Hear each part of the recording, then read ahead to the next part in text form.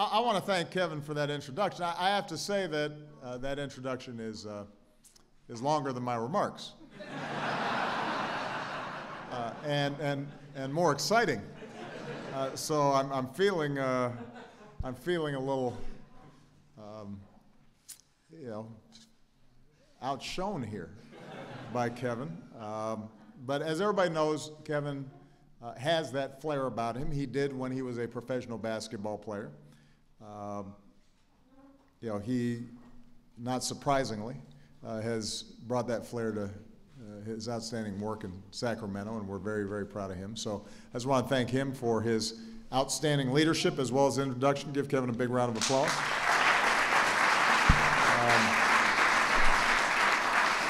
I want to thank Stephanie Rawlings Blake of Baltimore and Mayor Mick Cornett of Oklahoma City for their leadership as well. We are very proud of them, and I want to just thank all of you. We've got, is that playing again, Kevin? We've got over 200 mayors here representing tens of millions of Americans. And I think as you've seen today, we take our partnership with you seriously because you're often the place where change happens fastest. That's one of the reasons why I named two of my cabinet members happen to be former mayors. A former president of this conference, Jerry Abramson of Louisville, is one of my top advisors. And the other night I talked about what we can do together to make sure that middle-class economics helps more Americans get ahead in the new economy. And that's something we want to partner with you on as well. And in some areas, in fact, in many areas, we already have. Last year, we kicked off the Mayor's Maker Challenge to support local entrepreneurs working to create the industries and jobs of the future. And Mayor Greg Fisher of Louisville stepped up. Now students and engineers are creating smarter appliances at a community space in town, and hundreds of folks are getting trained for local software development jobs. We've worked with some of you to raise the minimum wage without waiting for Congress. And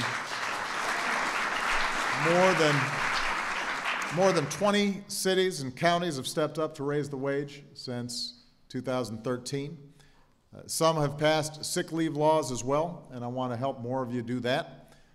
We launched the Mayor's Challenge to end veterans' homelessness, and Mitch Landrieu of New Orleans stepped up. Just a few weeks ago, New Orleans became the first major city to wipe out homelessness among veterans, and we could not be prouder of them.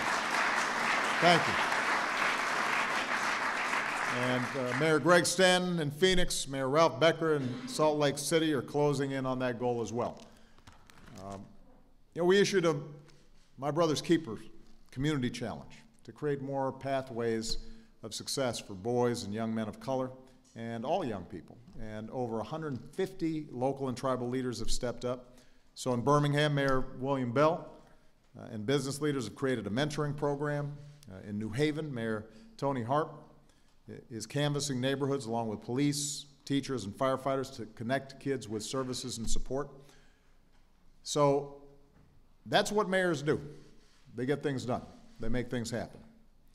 And on other urgent issues like responding to climate change or getting more families insured, rebuilding infrastructure, making sure that our youngest Americans get the best start in life with quality pre-K. Mayors like you are helping to get it done, and we want to help. So I had a chance to meet some folks earlier before I came out here, and I just emphasized to them what I always do whenever I'm at a mayor's conference, and that is to emphasize that we are here in large part to make sure that you are able to achieve your goals, because if cities are successful, then America's going to be successful.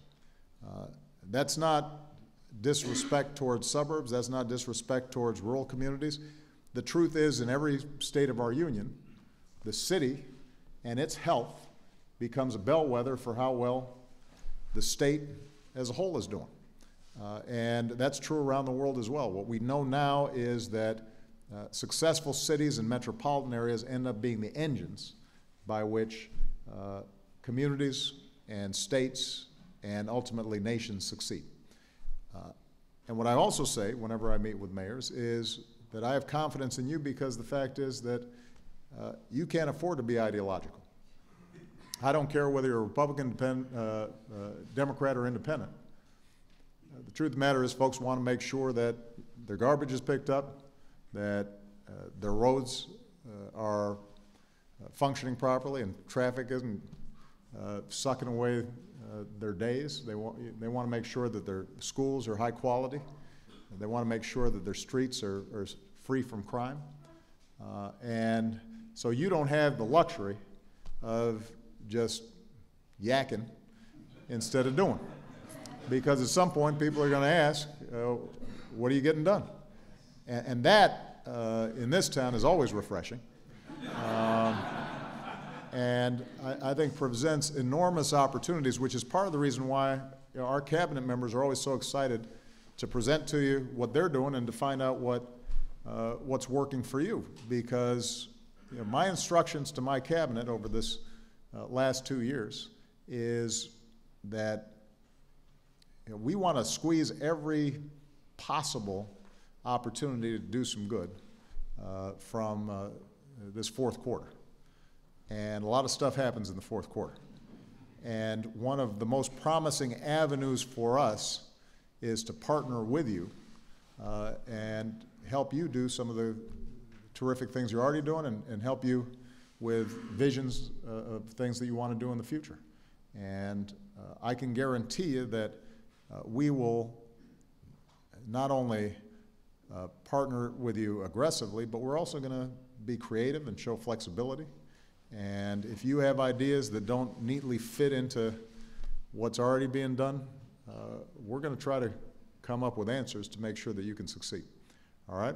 So thank you all for being here. Thank you for the great work that you are doing with that.